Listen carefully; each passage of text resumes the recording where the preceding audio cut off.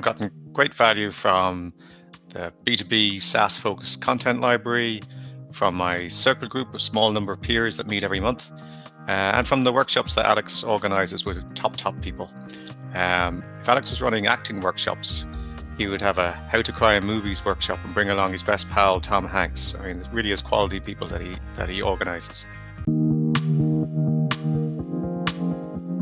Welcome to the SaaS Revolution Show. Armando Biondi, co-founder and CEO of Breadcrumbs. Welcome, Armando. Thank you so much for having me. Yeah, great to have you on the podcast. Yeah, I know your co-founder, Gary Amaral, sort of reasonably well over the years through SaaStock, and he's mentioned about getting you on the podcast, for a long time. So pleased to finally be able to do this. So looking forward to the conversation. So Armando, kicking it off, why don't you tell us a little bit about yourself, as a person? Who is Armando Biondi? For sure. I'm an operator first and foremost. I'm running my third company now. We will touch on it later on. I'm also an angel investor. I invest in about 200 plus companies at this point. I've been in the tech space for 10 years. Before that, I was a radio host. Before that, I was a physiotherapist, which is a funny, not well-known story about me. So I jumped through industries a couple of times at this point. Which of these things do you like the most? Physiotherapist, radio host, angel investing, co-founder? I like all of them, but I love being an operator first and foremost. I think about myself as an operator. It's just like building stuff. It's something that, it's hard to get otherwise. Best angel investment you've made?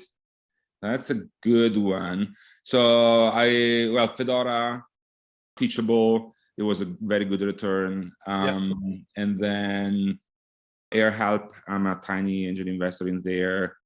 And then another startup that I invested in was acquired by Stripe several years ago at this point. I'm now a stakeholder there. Okay, good stuff. So you mentioned third-time founder, so serial entrepreneur. I think your last SaaS startup was AdEspresso, right? Is that right? Yes. I like the name. It's sort of Italian inspired as well. So that was acquired by HootSuite, right? And can you share a little bit about the decision there to sell the business? Why did you sell it to HootSuite? At the time, what were you kind of like feeling, and what was the impact on you and your life? Yeah, that's an interesting question. So just to give you context there, AdEspresso was about Facebook advertising optimization for small and medium businesses and small and medium enterprises. Some of the people maybe listening to this will remember the name. We ended up doing a really good job with regards to branding as well as online presence. And to give you a sense of, so we started that September 2013, we sold it to HootSuite end of 2016. So a little more than 3 years, we ended up processing about $1 billion in Facebook ad budget through the platform. We were one of the top 5 partners by volume globally, and actually the number 1 by number of advertisers, because everyone else was focusing on a small number of big advertisers, and we were doing the opposite. So funny story, there was the Facebook Ads Manager by global usage, and then AdEspresso, which is, interesting. When it came to selling, it was really opportunity cost versus time and risk adjusted return, which is an interesting conversation that I often have with founders. There comes a point in the life of a company, or multiple times in the life of a company, where you need to make an assessment of what's the effort in terms of work and capital that I need to get to the next stage. What's the risk that I'm exposing myself to in getting there? And what is the outcome that I could capture right now versus investing this additional time, work, capital, and risk into it. And for AdEspresso back in the days, it was a really good intersection, because HootSuite being the leader in organic social and AdEspresso being the leader in paid social for small and medium businesses and small and medium enterprises was a really good combination. And they had the sales force that we knew we were going to the point that we would, have to develop, and didn't really know how to do it. And so it was, kind of the best situation at the best point in time for us back in the days, which we were very happy to. And now you're in the CEO seats and back in the co-founder sort of hot seat. Why go again? I mean, I know you said you like being an operator. Is that the answer? Or are you doing It's an intersection of, it's a really good question. It's the intersection between an opportunity that I find very exciting and compelling, plus a skill set that, myself and us as founding team, I do think we have, and the fact that no one else is doing it in the same way that we're thinking about it just yet. If someone else would have been doing that in the way that I would have wanted, I would probably have invested in them or maybe joined that company. And I've been looking for a couple of years before starting Breadcrumbs, but I didn't find anything. So I was like, all right, I'll do it. Awesome. And so tell us about Breadcrumbs and, what's the founding story there? Yeah, the founding story, funny enough, actually traces back to SaaStock of a couple of years ago. And myself and Gary were there. And then the third co-founder, Massimo, is my co-founder in AdEspresso back in the days. And so I knew Gary's work for our previous time at HootSuite, of course. Yeah. And then moved on to Chargify. I moved on to something else. But as I started looking into also companies to invest into a little bit more mature, I started realizing that really what he did at HootSuite and then at Chargify was kind of a same type of approach, like a rinse and repeat type of process for different organizations at different points in time. And the fact that every organization post-product market fit really needs something like that.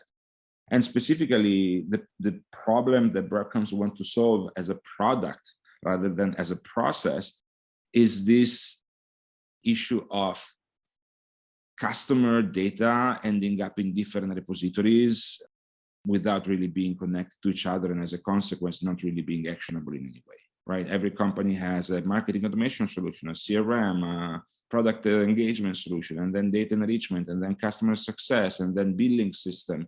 And each and every one of these solutions work in their own silo. And so this creates a series of unintended consequences and divergent incentives for organizations.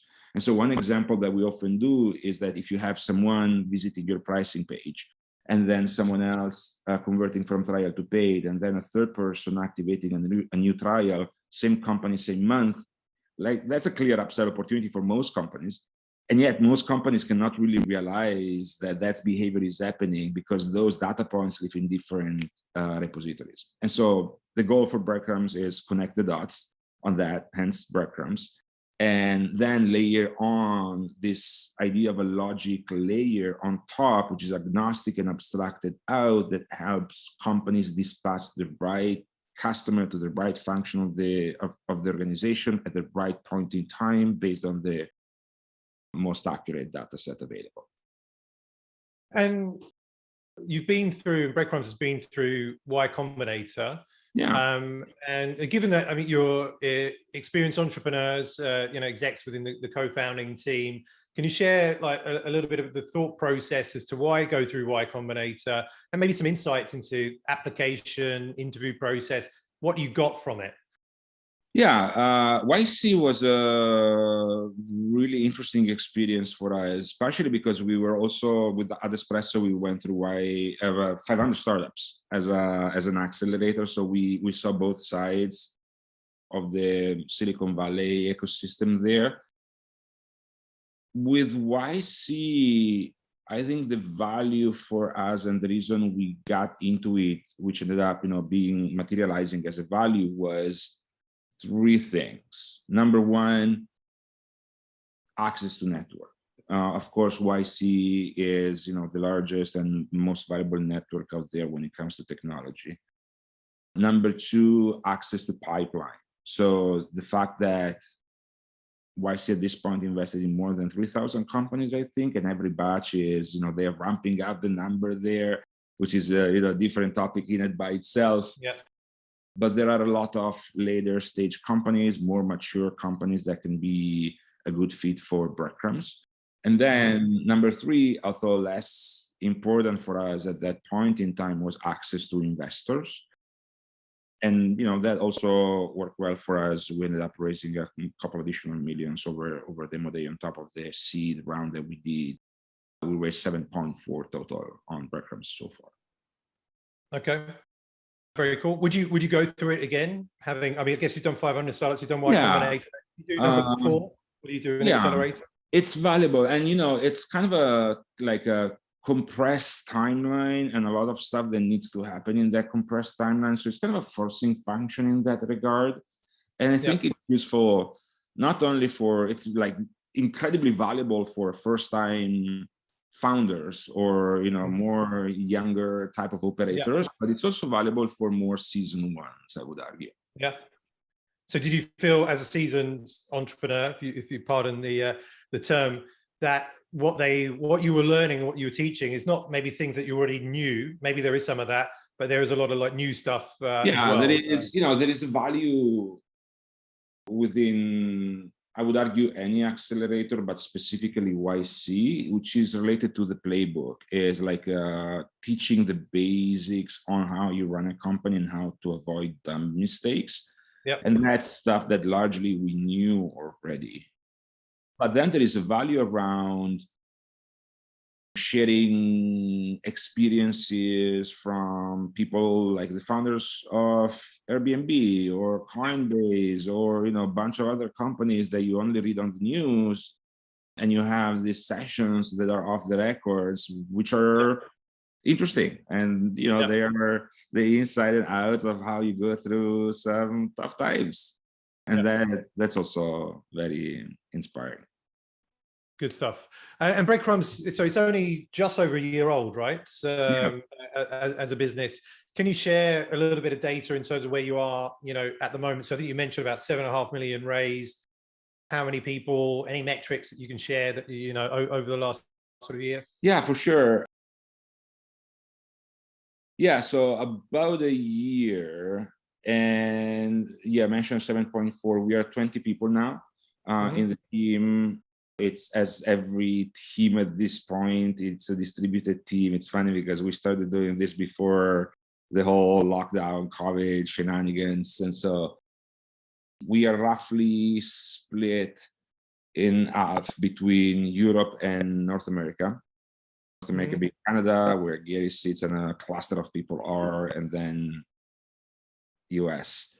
And when it comes to metrics, things are still early days, but things are going well. So we have a bunch of customers that we're working with.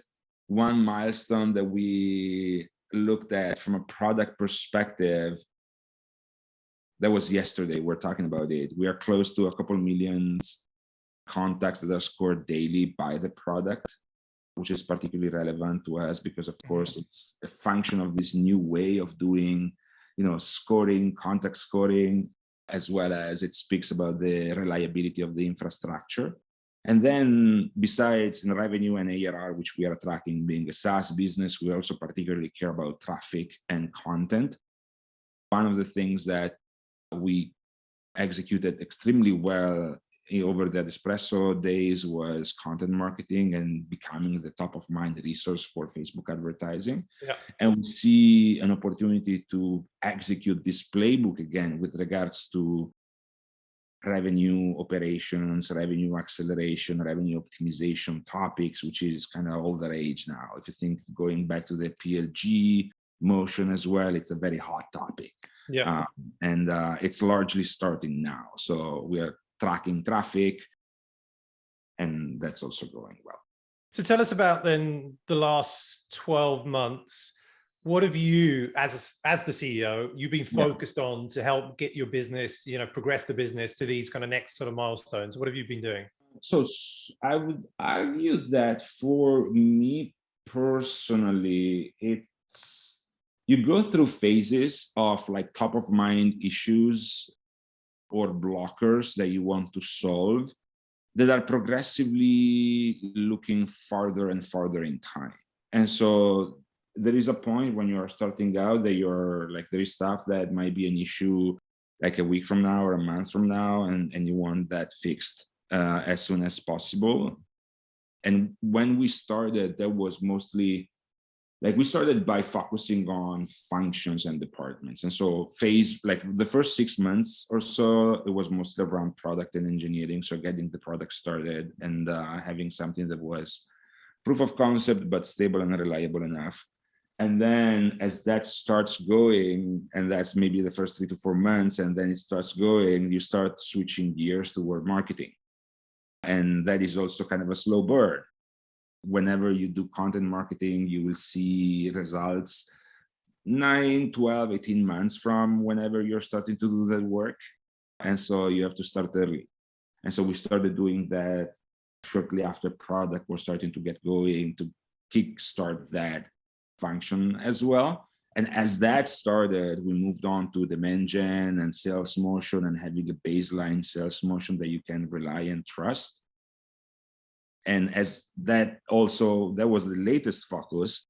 And now now that we feel that we have that, we're really focusing on that demand gen part around, now that we have kind of a baseline motion there, how do we fill up the pipeline? How do we talk to the right people at the right time so that we can execute and accelerate on that playbook?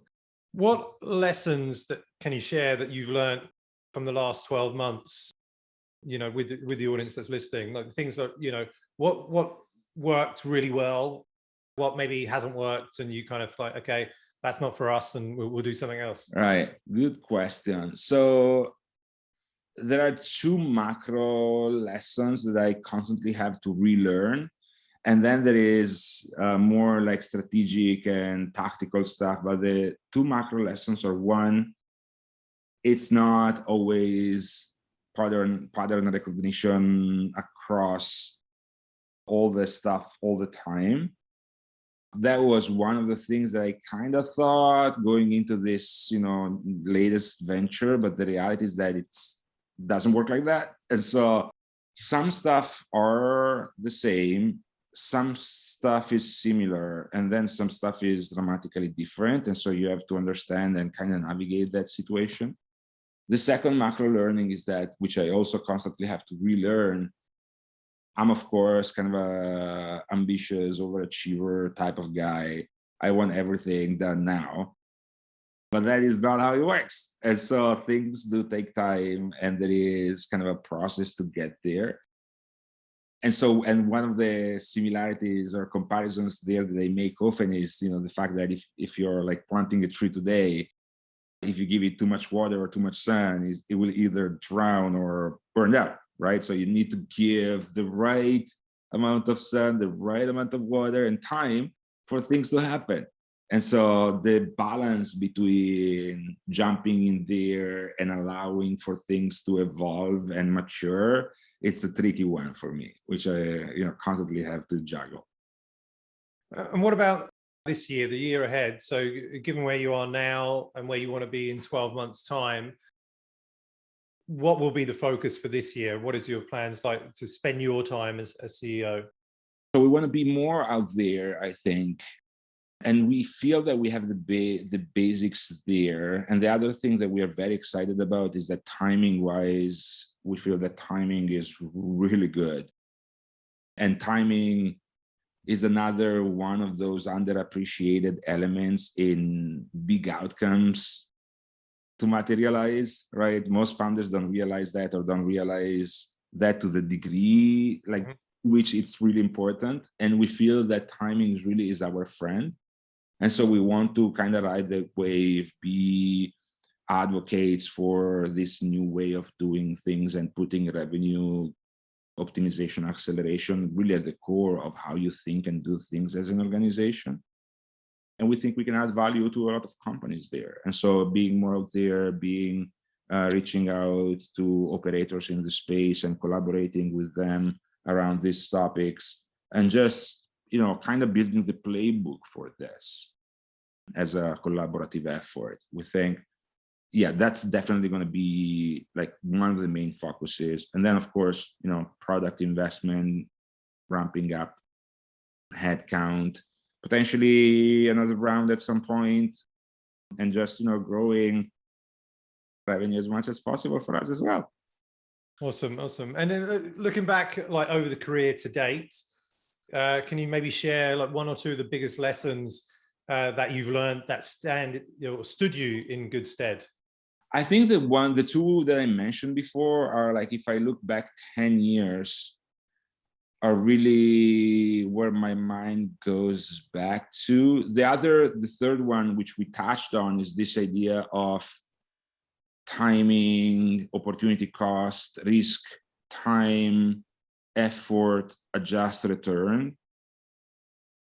If you listen to most people in the space, there is this narrative about billion-dollar outcomes that, no company is a good company unless it's a billion-dollar return. Yeah. But that's not necessarily the case. Plus, if you look at M&As as an industry as a whole, like the reality is that I don't remember the exact percentage, but like the overwhelmingly vast majority of outcomes are below 50 millions or below 100 millions, right? So the ones that are really like 250 million, a billion, 5 billion, 10 billion plus, they're kind of the exceptions to the rule. And venture needs those outcomes to justify funds and to make the mechanics of a fund work. But from an operator perspective and from a founder perspective, the fact that you're not necessarily a billion-dollar outcome doesn't take away from the fact that you might be a great business, right? And so if you're growing, if you're generating revenue, if you're servicing customers in the right way, it might be a great business, not a billion-dollar return. And so in that sense, that is also one of the things that you have to kind of unlearn or realize by being there. That was one of the questions that we were juggling with when we were thinking about selling AdEspresso, going back to the example, right? Like, are we failing because we're selling right now? And that's not really the case, right? Yeah. I mean, with that in mind, so like when because you've raised venture, or you've raised capital, when you're doing the next round and when you're speaking to investors, are you then looking for investors that are aligned with that mindset to say, okay, well, like, $50 million or $100 million would be good, not necessarily, a billion? Because obviously from what you read, again, the investors, they want the founders to be saying, we're going to be $1 billion company. Yeah. And that's what they're So looking for. that is a good question. And I'm not doing that. I'm not telling them that $50 million is a good outcome, because our valuation at this point is higher than that. So I think like the learning here and the suggestion, the recommendation is that know the game that you're playing. So angel investors can be okay with that. If you're raising, and the rule of thumb is that anyone that you're talking with from a VC perspective at any stage is looking for a return. And the return is function of that stage. So as an example, angels, they usually look for 5 to 10x return.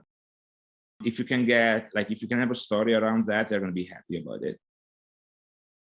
Seed funds and Series A funds need to believe that you have a chance of being 100x return. And so if you're raising at 25 million, that's like 2.5 billions, right? If you're raising at 100 millions, that's 10 billion. And it's not that like they know that's very, very unlikely, that's very, very unlikely, but if there is not that chance, it's not worth for them. Because one of the things that not a lot of operators know and understand about funds dynamics, which is, one of the reasons why I started investing as well, to get a sense of, how the other side of the table works. And I would recommend any founder that wants to play the venture game to have a sense of motivations and incentives for VCs. So one of the things that's not very well known is that funds actually need that outlier, need that 100x for them to return the fund to their investors. And most funds return between the top performing funds return between 3 and 5x over the lifetime of the fund, which is 8 to 10 years. And so they make multiple investments. Of course, it's a portfolio theory. If they don't have that 100x return, they most likely will not return the fund. And so they need to believe that every investment that they do has that potential. And as a consequence, that again, that doesn't say anything about the quality of the company per se. It can be a great business, but not a great venture business. But it's important for founders to know the type of game that they are playing. No, definitely. Great insights there. And thanks for sharing that. So your previous role, with AdEspresso, you were COO. Yes. Is that right? Yep. And now COO at Breadcrumbs. What do you think is the biggest challenge being a CEO in general, whether it's a SaaS company or whatever? Yeah. So what's particularly hard, I think, about being a great CEO. So the great CEOs that I see, they usually do a few things extremely well. And those three things, and there are like three things really. One, they make sure that they don't run out of money. So capital plus revenue. Two, they set the strategy and they align the organization around it. Three, they are able to attract great people and talent to work with. If you can do those three things, generally you are good.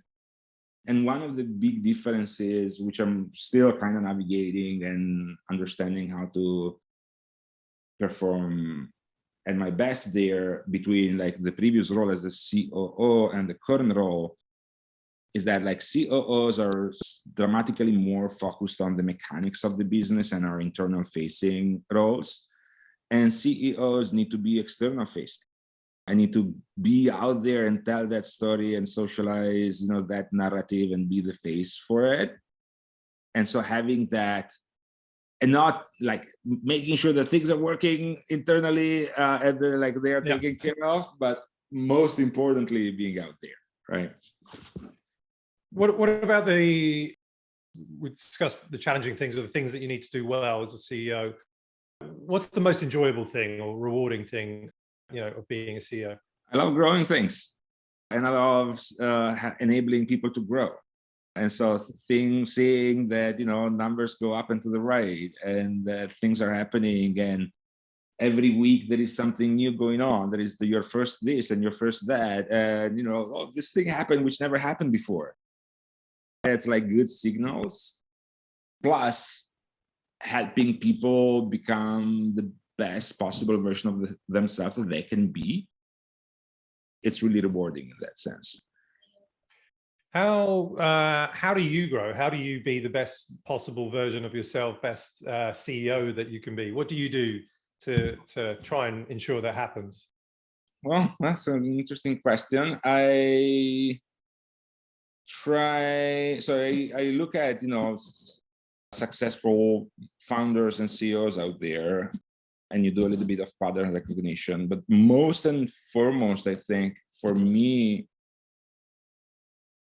it's about like balance and being centered. And so there is a little bit of meditation. There is a lot of context switching between what am I thinking the market is gonna be at or where like 5 years from now, and then the stuff that needs to happen next week, right? Or like next month and then next quarter for us to kind of intercept that or enable that or capture and leverage that.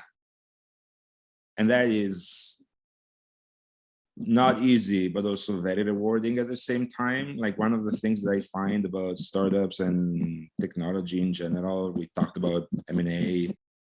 There was one of in startups in general, it's one of the most terrifying journeys that you can make, but also one of the most rewarding at the same time. So, yeah, wholeheartedly agree. A real roller coaster, but massive ups and you get a few downs along the way. Hopefully only a few downs, but they'll always be there. Oh, there will be. That's one of the But this is one of the. I don't know why. I'm a first-time entrepreneur, but when you read books like Shoe Dog about Phil Knight, for instance, CEO of Nike, and then you see how many challenges and downs that he had and things that he had to overcome. And you look at Nike from the outside, and you're like, whatever, they're 70 billion or in revenue or what the valuation, I'm not sure what it is.